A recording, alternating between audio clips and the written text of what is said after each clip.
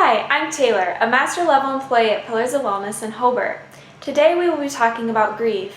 We will be exploring what grief is, different types of losses that can result in grief experiences, ways to cope with grief, and how to support a loved one who is grieving.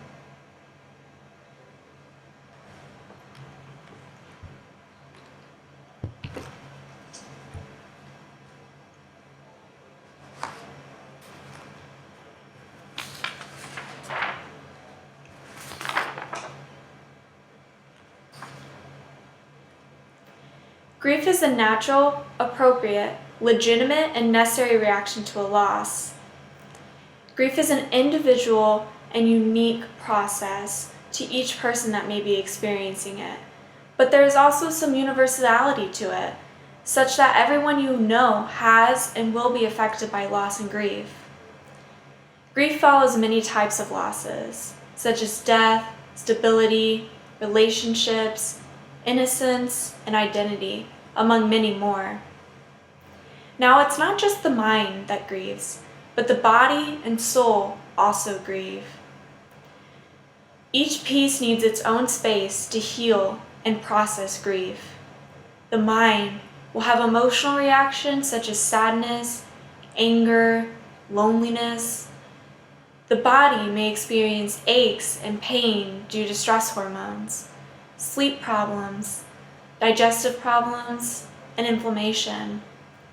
The soul may start to rethink the afterlife and try to find meaning out of everything that has happened.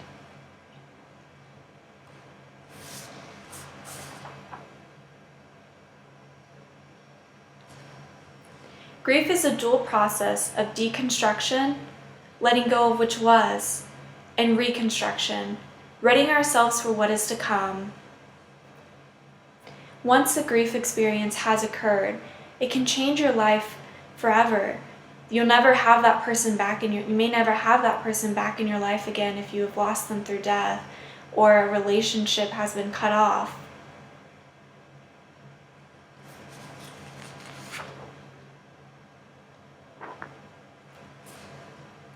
Now we're going to debunk some myths about grief.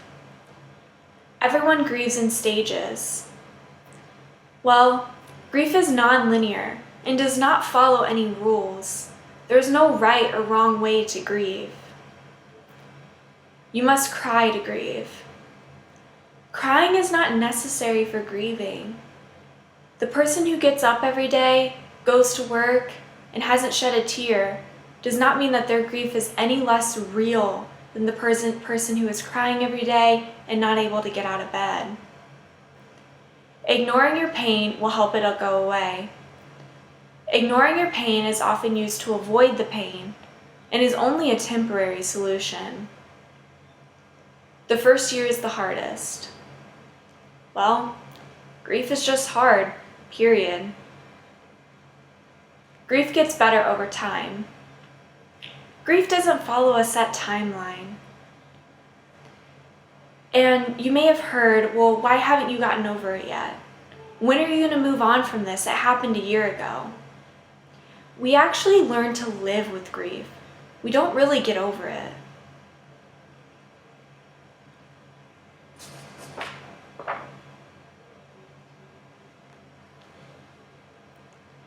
Now there are some symptoms of grief. It affects people differently, but some common symptoms are emotional symptoms such as shock and disbelief, sadness, guilt, fear, anger. Physical symptoms may be like fatigue, nausea, lowered immunity, weight loss or weight gain, aches and pains, and sleep troubles.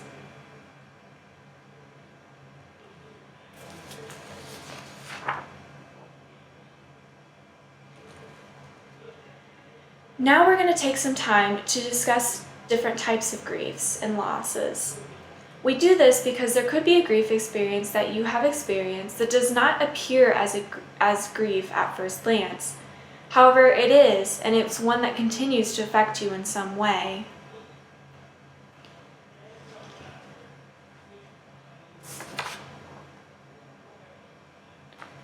Normal grief is when you are moving towards an acceptance of the loss. You're beginning to manage basic daily life activities.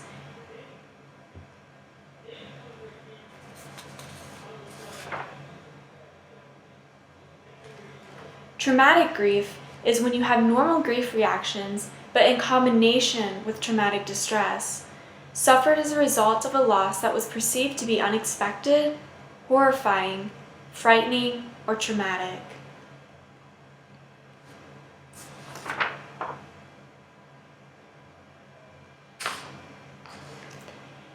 Ambiguous grief is when a loss appears unclear. It results in different perspectives of who or what has been lost. Ambiguous loss is a mystery. It allows our minds to wonder and draw our own conclusions with lack of evidence. We may start to question, has anything been lost? Could it come back?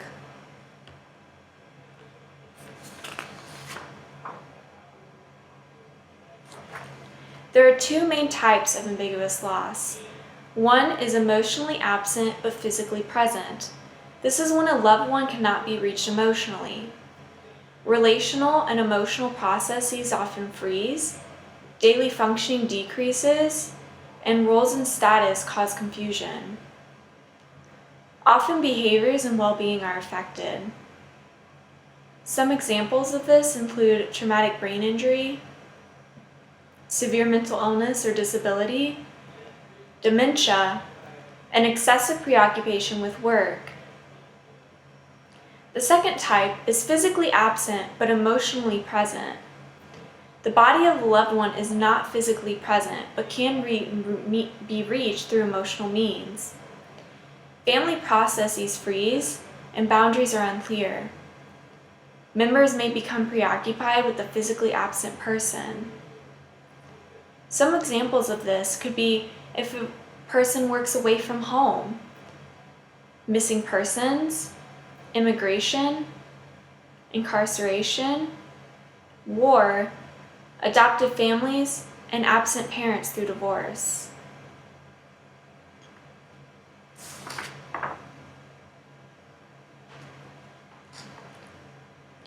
The greater the ambiguity surrounding one's loss, the more difficult it is to master the ambiguity, and the greater one's depression, anxiety, and family conflict may be. People may not know when to begin the grieving or bereavement process because the loss is not clear. There is no finale to it. The person may reappear in their life, disrupting their ability to move forward. The world with or without the individual is uncertain. The grief processes in ambiguous loss can be frozen due to the loss not being complete.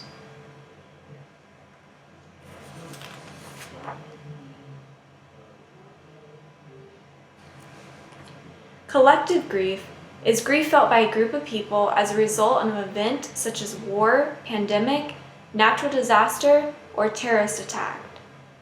Some examples include one that we've all been through recently, COVID-19, September 11th, mass shootings in schools and workplaces, floods, fires, and earthquakes.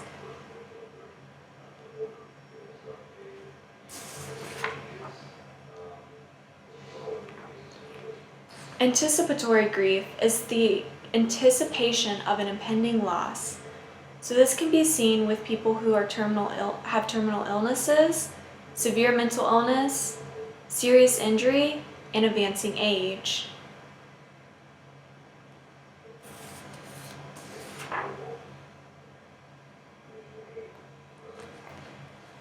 Masked grief is when the grieving person has difficulty identifying grief symptoms and behaviors as being related to the loss. They may experience physical complaints such as back pain, exhaustion, stomach ailments, headaches, and increased inflammation. There's also mental reactions such as irritability, depression, numbness, and hyperfixation on the loss.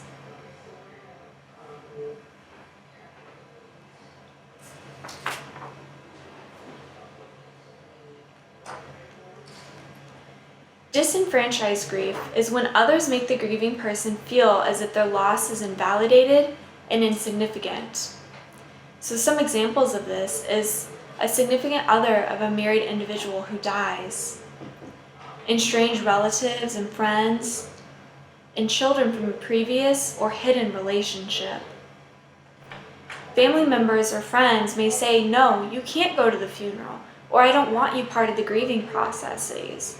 And this would be disenfranchised grief.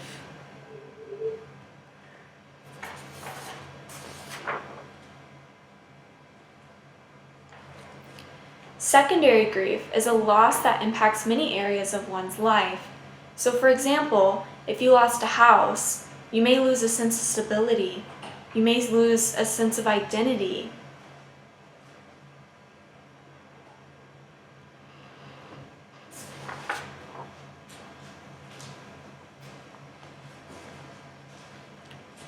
Complicated grief is grief reactions that are debilitating, long-lasting, and impair ability to engage in daily activities.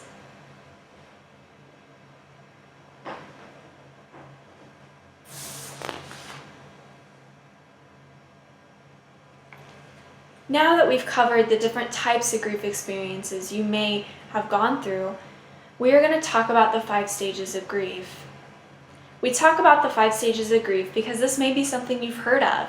Even people who know very little of grief can say, "Yeah, I've heard of Kubler-Ross or the 5 stages of grief." Well, we're going to talk a little bit about it today and some critiques that have to do with the 5 stages of grief. So Kubler-Ross developed this in 1969, and the first stage is denial. And that is when you deny the situation. Feelings of avoidance, confusion, shock, and fear may come about. You may have thoughts such as, "This can't be happening to me." Next is anger, and that is an intense emotion used to redirect feelings of vulnerability. Anger may be redirected at others or your religion. You may ask questions such as, "Why me?" and feelings such as frustration and anxiety may increase. Next is bargaining. This is when you start to negotiate. You ask what-if questions. Like, what if I did this, then would this still happen? What if I had changed this about myself, would they still have left? Depression is a period of sadness. And then acceptance is the last stage, which is when emotions begin to stabilize and a calm state is entered.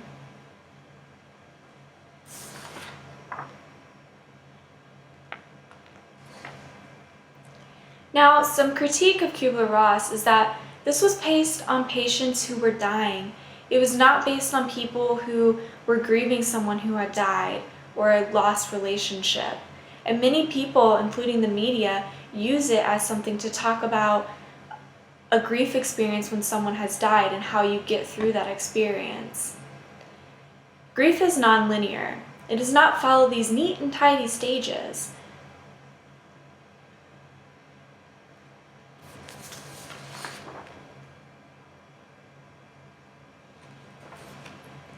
Now, there are some common tasks of grief, and these tasks are non-linear.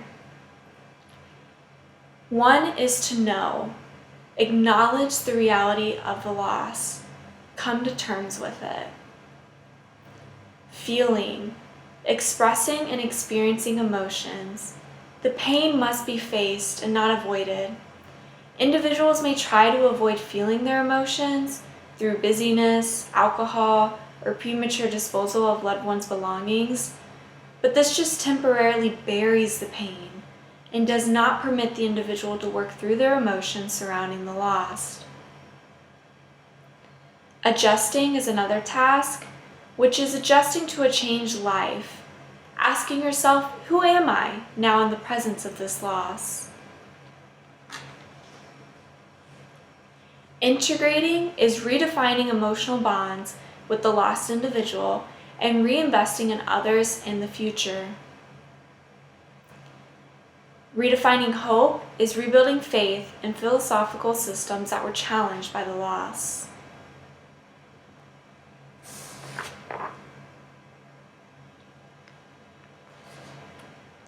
Now, one activity that you can do is a loss line.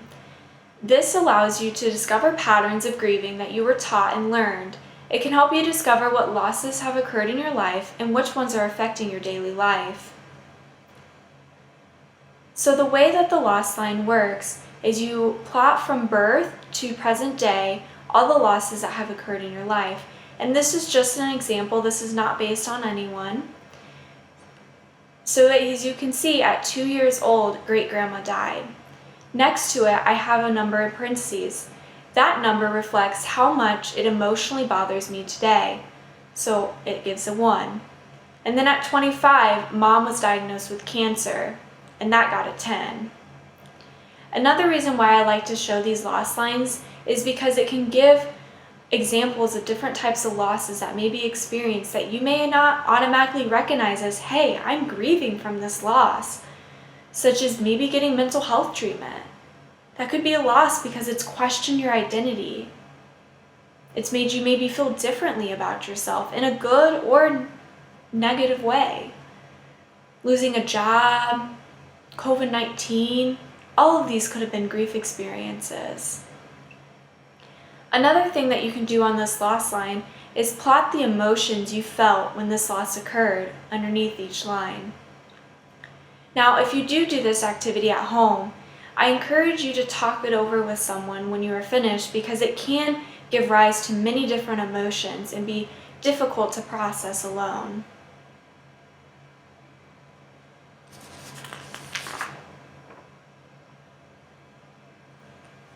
Now we're going to talk about some ways that you can cope with grief. One is through meaning making. You can turn to spirituality and religion to find some sort of meaning to make out of the loss. You can also reconstruct personal narratives, share stories, and create new stories to make meaning from the experienced loss. Access social support. The key is not to isolate. If you don't feel like talking, that's okay. Just having someone's presence there who you care about and can help provide that comfort. People may feel awkward when trying to comfort someone who is grieving, because grief can be a confusing and scary emotion for people. And people may say or do the wrong things, but accept this as part of the process and try not to use it as an excuse to self-isolate. Keeping a journal can be helpful to get your thoughts out onto paper. You can get creative and set aside time to grieve. Oftentimes in the bustle of everyday life, we forget to allow ourselves to have that moment of peace. Memorialize your loved one. Reminiscence about it in a healthy way. Take refuge in religious practices. And engage in self-care. Now there are 4 domains of self-care. There's physical, psychological, social, and spiritual. And there are ways to meet each of those self-care domains. Some tips for self-care is do things you enjoy. Take care of yourself through sleep, meals, physical activity, and personal hygiene. Also make self-care a priority. Don't let it fall on the back burner. Remember, a few minutes of self-care is better than none. And keep up with self-care even when you're feeling good.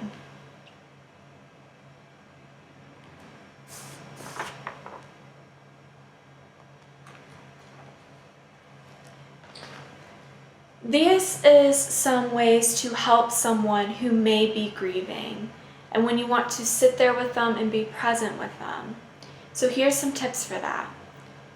Being present to another person's pain is not about taking away the pain.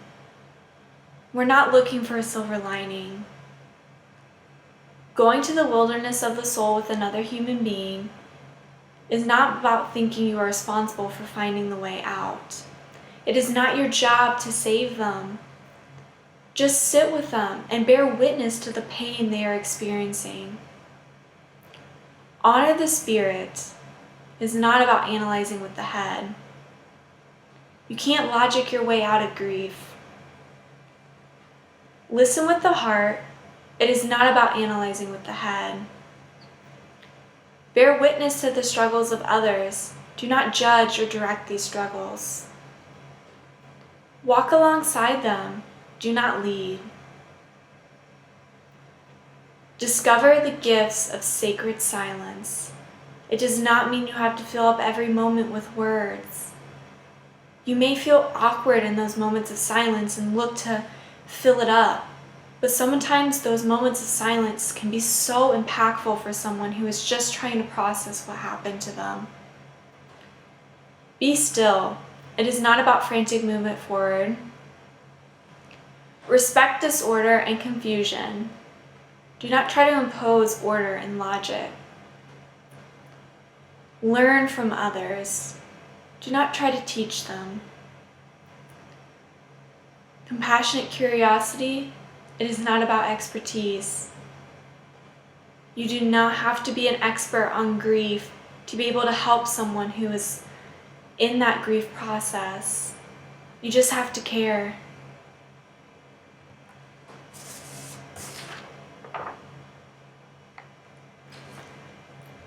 So you can build a trusting relationship through empathy, unconditional positive regard, and genuineness.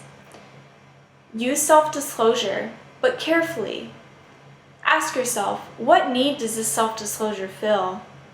Will sharing it normalize grief reactions, or is sharing it a way for me to process my own feelings? And if it's a way for you to process your own feelings, then it's best not to self-disclose in that moment. Express warmth. Be attentive and reflective of what they are going through. Demonstrate acceptance of whatever place that they're at. Avoid plateaus, including be thankful you have 2 other children. She's in a better place. I know how you feel. He lived a long life. These are often intended to provide comfort, but rarely actually do. Validate feelings such as, I'm hearing that you feel angry, or it sounds like you feel scared. Normalize the experience. It's normal to feel angry. Stay in the present and empower them. Treat them as competent and capable human beings because they are.